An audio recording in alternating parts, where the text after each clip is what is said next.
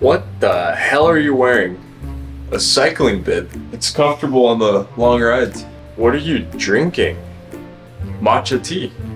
What have you become? An adult that has had to repair all the damage that you caused.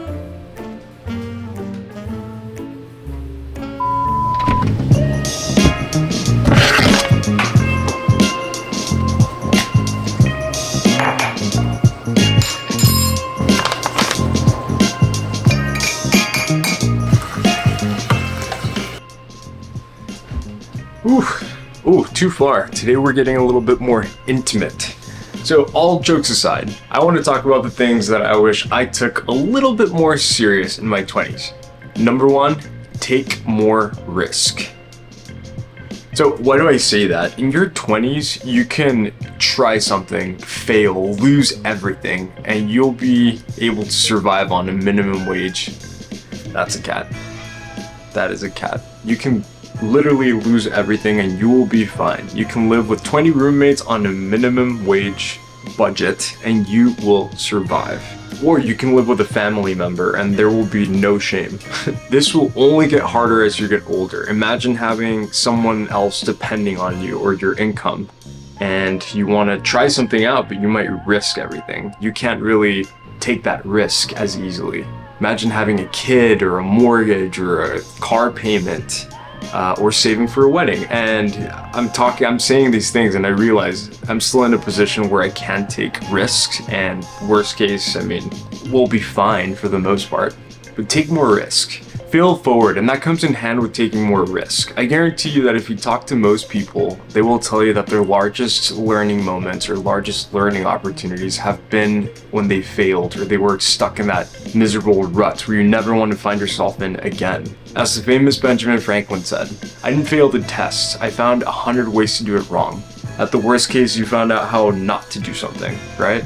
Number two, time is the most valuable asset a human has. I've been saying that throughout all of my videos and I probably sound like a broken tape recorder. Tape recorder. Do people still use that? Tape recorder? Broken recording? Anyway, unlike money or other resources, time is the one thing that once gone, you can never recover. It's the one resource that is given equally to everyone. Yet its value is only realized when it's, scarce. And you know what's even scarier? That you and me might have a ticker or a time clock that might end tomorrow or in an hour, and we just don't know. Think of it as a currency in which you buy experiences and memories. How you spend this currency directly affects your quality of life. Stephen Bartlett has a great perspective on this. He says something along the lines of, we're given 24 chips every day, and 6 to 8 of those go to sleep. What do you do with the remaining 16? Also, his podcast, Diary of a CEO, very good. I'll link it down below. You should check it out. So I'm just saying, choose wisely. I have wasted so much time doing stupid, useless things that have provided me zero value, in my perspective. Like playing countless hours of video games. Yeah, that number's real. And you know what the sad part is? Half of those hours weren't even with friends. It was just me by myself. Seeing that number is depressing. Like, what? I still play, by the way, but it's typically with friends, so that makes me feel a little bit better. I don't want to fall in this toxic productivity. I have a cat on my lap. I don't want to fall into this toxic productivity cycle.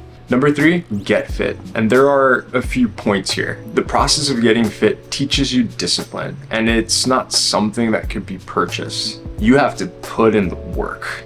Getting fitter also increases your confidence, along with many other things like your sleep, your energy levels, your mood levels. There's an analogy from Warren Buffett that I really enjoy that's related to this. So he goes to class and tells his students, if you could have any car you desire, and that car is going to be sitting outside as soon as you exit this classroom. But the catch is, that is the only car you will drive for the rest of your life. What would you do as a student? You would keep the car in the garage, read the owner's manual a few times, change the oil. If there's a paint scratch, you would fix it to avoid any rust from spreading. The car is your body and your mind. You only get one for your whole life. If you aren't taking care of yourself when you're young, it's like leaving that car out in the hailstorm. and letting it rust away. If you don't take care of yourself now, by the time you're 40, 50, 60, you're gonna be like that car that isn't dependable anymore, that you can't take anywhere because you might blow out a head gasket or the transmission might drop.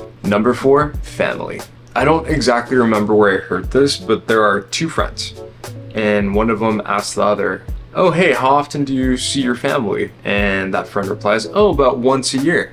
So the friend then replies, "Okay, so your parents are in their 60s, and the average lifespan for an adult in the US is probably in their 80s, so you're only gonna see them 20 more times before they die." And that hurt. And same thing from the parents' perspective. I don't remember where I heard this, but it was some statistic of how much time a parent will see their child, and that summed up to 19 years. Ages 0 through 18, continuous. And then that last remaining 19th year would be spread across the remainder of the parent's life. And again, that sucks. I'm just saying, enjoy your family while you still have them. Your grandparents, your parents, because once they're gone, they are gone. And I need to be particularly better about this. Conclusion, I have a fear of not reaching my potential or just being on my deathbed and having regrets.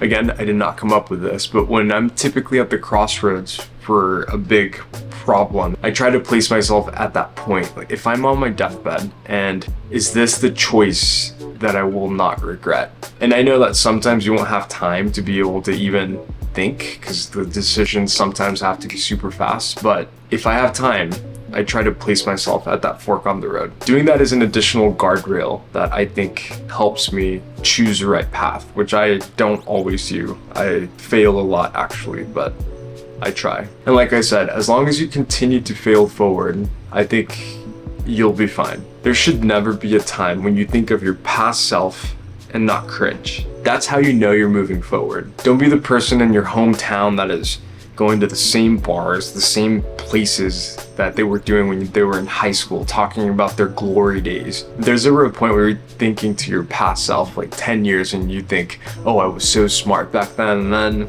I don't know, my friend, you might not be growing. As always, thanks for watching. If you're in a rut, check out this video, and maybe I can help you get out of it. Other than that, have a great day, and thanks for watching. Again, yes, that's how I will end it.